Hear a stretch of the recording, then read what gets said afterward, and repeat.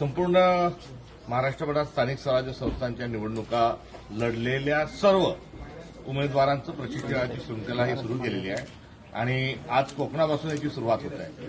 ज्यांनी आमचा सिम्बॉल घेतला, जे पंजा घेऊन लढले, अशा सगळ्यांचं प्रशिक्षण अर्थात संघटना बांधणीच्या अनुषंगाने आम्ही पुढे निघालेलो आहोत.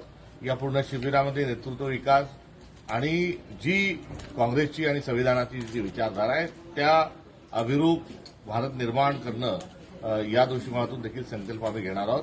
हा विशुद्ध स्वरूपाचा संघटनात्मक कार्यक्रम आहे आणि मी प्रभार घेत असताना सांगितलं होतं की वैचारिक लढाई जी आहे ती आम्ही आगामी काळात लढणार आहोत.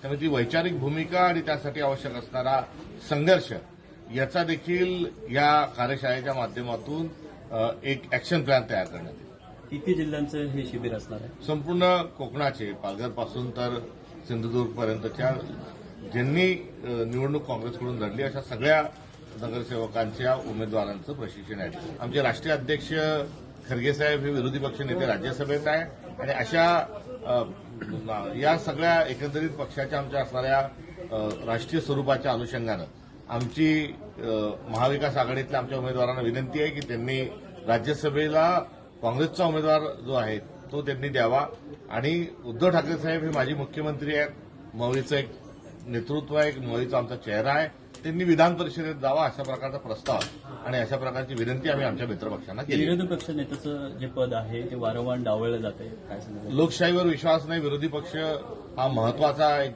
गाभा आहे, घटक आहे, ती आपली परंपरा आहे आणि या परंपरेला गुंडाळून ठेवल्या जात आहे. त्यामुळे तुकाराम महाराज निंदकाचे घर असावे शेजारी याला एक धर्म सांगत असताना आता धर्माच्या नावावर राजकारण करणारे विरोधी पक्ष नेताही त्यांना जर नको असेल तर संवैधानिक मूल्य, लोकशाही आणि आपली संस्कृती या सर्व गोष्टींना ते नकारत आहे असा त्याचा अर्थ आहे. असताना जर गाडीचा धक्का कुठे लागला, कुठे छोटा मोठा ऍक्सिडेंट झाला तर गुन्हे दाखल होतात. एखाद्या वेळेस हायवेवर किंवा कुठेही अपघात झाला आणि त्याच्यामध्ये कोणाचा मृत्यू जर झाला तर सदोष मनुष्यवधाचा देखील गुन्हा हा दाखल होतो.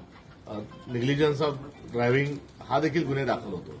आता हे सर्व दूर होत असताना एवढा मोठा ऍक्सिडेंट झाला, राज्याचे उपमुख्यमंत्री जातात आणि तरी देखील गुन्हे दाखल होत नाही, ही बाब अत्यंत चुकीची आहे आणि दुसऱ्या बाजूलाही संतापजनक आहे.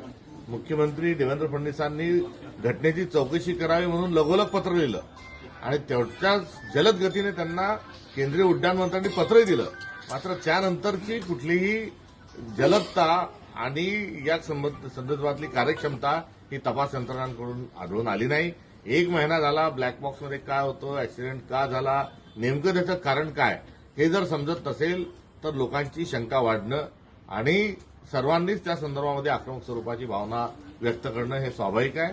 त्यामुळे या सर्व प्रकरणाच्या अनुषंगानं कुठे आक्रमकता आहे का, काय आहे का, या विषयापेक्षा अद्यापपर्यंत सरकार या अपघाताची कारणमीमांसा करणारा वस्तुनिष्ठ अहवाल का देत नाही, ही खरी यातली असणारी मेक आहे. वेगवेगळ्या ठिकाणी सर्वांनी चौकशीची मागणी केली आणि ही मागणी करत असताना त्यांच्या पत्नी उपमुख्यमंत्री यांनी देखील सीबीआयची चौकशी करावी असं सांगितलं. मुख्यमंत्र्यांनी सीआयडीची चौकशी केली.